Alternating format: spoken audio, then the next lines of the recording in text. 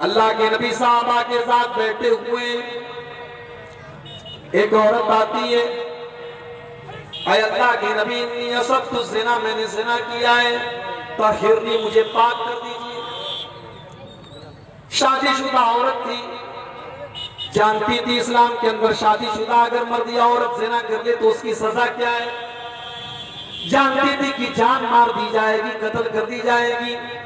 सब कुछ जानने के बावजूद अल्लाह के नबी के पास आती है, अय अल्लाह के नबी मैंने जिना किया है और मैं नहीं चाहती कि आखिरत में मुझे जिना की सजा दी जाए। अय अल्लाह के नबी मैं तौबा करना चाहती हूँ, मैं जिना की सजा लेना चाहती हूँ, मुझे सजा दे दीजिए, मुझे पाक कर दीजिए ताकि आखिरत में मुझे सजा न मिले।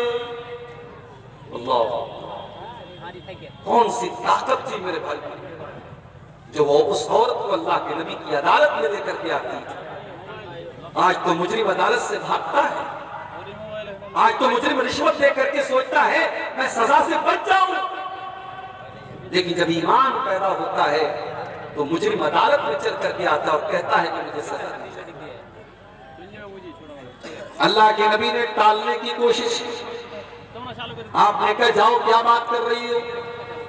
उसने कहा मुझे टालने की कोशिश न कीजिए, मैंने जिना किया है और मैं उसका सबूत भी लेकर के आई, मैं हमल से हूं, मैं पेट से हूं, अल्लाह के नबी मुझे जिना की सजा दे दीजिए। आपने कहा ठीक है जाओ, जाओ जब बच्चा पैदा होता, जाओ जब बच्चा पैदा हो तब आना, तुमको हम अभी सजा नहीं दे सकते। 9 महीने का टाइम दे दिया, 9 महीने का टाइम दे दिया।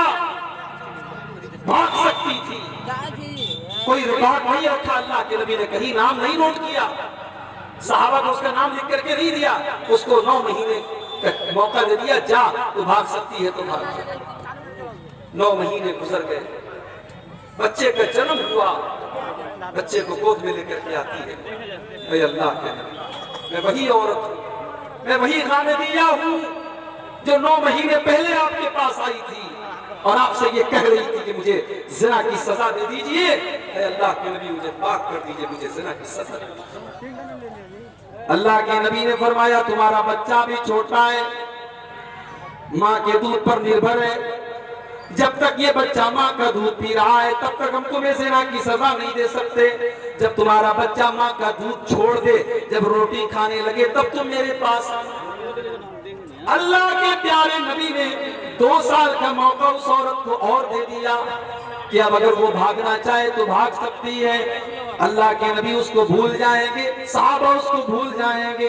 2 साल का टाइम गुजर गया, उस औरत का बच्चा रोटी खाने लगा, अपने बच्चे को इस हाल में लेकर के आती है कि बच्चे के हाथ में रोटी का टुकड़ा है। अल्लाह के नबी मैं वही औरत हूँ जिसने आपके पास आकर के ज़िना का इकरार किया था। अल्लाह के नबी देखिए मेरा बच्चा रोटी खाने लगा, अब तो मुझे ज़िना की सजा दे दीजिए। नबी अकरम ने बच्चा एक मुसलमान के हवाले किया, जमीन में गड्ढा खोदा गया, उस औरत का आधा धड़ गड्ढे में डाला गया, सहाबे किराम के हाथों में पत्थर दे दिए गए और पत्थरों से मार मार के उस औरत को खत्म किया। कभी आपने तसव्वुर किया है जिना की ये सजा? मुझे याद आता है राज ठाकरे ने एक मर्तबा कहा था, जब दिल्ली के अंदर चलती बस पर एक लड़की का जिना किया के साथ रेप किया गया, और सिर्फ रेप ही नहीं किया गया बल्कि जानवरों की तरह उस लड़की के साथ, उस औरत के साथ सलूक किया गया और पूरे भारत में उस केस को निर्भया कांड के नाम से याद किया गया। तो राज ठाकरे ने उस मौके पर कहा था कि रेप करने वालों को वही सजा देनी चाहिए जो इस्लाम देता। मगर यहाँ एक बात नोट कर लो, हमारे यहाँ जब रेप की बात आती है तो रेप का मतलब होता है बलात्कार, रेप का मतलब होता है जबरदस्ती किसी के साथ ताल्लुक कायम करना। मगर इस्लाम ये कहता है कि अगर एक मर्द और एक औरत इल्लीगल तरीके से, गैर कानूनी तरीके से अगर आपस की सहमति से भी ताल्लुक बनाते हैं तो वो भी रेप ही कहलाएगा, वो भी जिना ही कहलाएगा। ये अलग बात है कि हमारी अदालतों में अगर आपस में सहमति से ताल्लुक कायम होता है तो उसको रेप नहीं माना जाता है, मगर इस्लाम की नजर में अगर बगैर शादी के और बगैर शरई तरीके के अगर मर्द और औरत का मिलन होता है तो वो ज़िना ही कहलाएगा, चाहे वो सहमति के जरिए हो चाहे वो जबरदस्ती हो, और दोनों को सजा दी जाए। हाँ, जबरदस्ती होगी तो रेप करने वाले को सजा मिलेगी, औरत को नहीं मिलेगी, लेकिन आपस की सहमति से हुआ है ज़िना तो दोनों को सजा मिलेगी। अगर कुंवारे लोग ज़िना करेंगे तो 100 कोड़े की सजा दी जाएगी और 1 साल के लिए शहर से निकाल दिया जाएगा, और अगर शादीशुदा मर्द और औरत ज़िना करेंगे तो इस्लामी कानून के अंदर सजा ये है कि उसको पत्थरों से मार मार के खत्म कर। जब उस औरत को ज़िना की सजा दी जा रही थी, हदीस के अल्फाज हैं, हजरत खालिद बिन वलीद रज़ी अल्लाह ताला अन्हु भी पत्थर मारने वालों में शामिल थे। जब उन्होंने पत्थर मारा तो उस औरत के खून के कुछ छींटे हजरत खालिद बिन वलीद के कपड़े पर आ गए। उनकी जुबान से कुछ नासेबा कलिमात उस औरत के बारे में निकल गए कि कैसे नापाक औरत के खून के छींटे मेरे कपड़े पर आ गए। अल्लाह के प्यारे नबी की कानों में हजरत खालिद बिन वलीद के जुमले पड़ गए। आपने फरमाया, महलन या खालिद, ऐ खालिद खबरदार खबरदार, लक़द ताबत तौबतन लौ ताबा साहिबु मुहसिन लगुफिर लहू। ऐ खालिद, इस औरत ने इतनी सच्ची तौबा की है, अगर कोई चोर, कोई डाकू, कोई लुटेरा भी अगर ये तौबा कर लेता तो अल्लाह उसको माफ कर देता।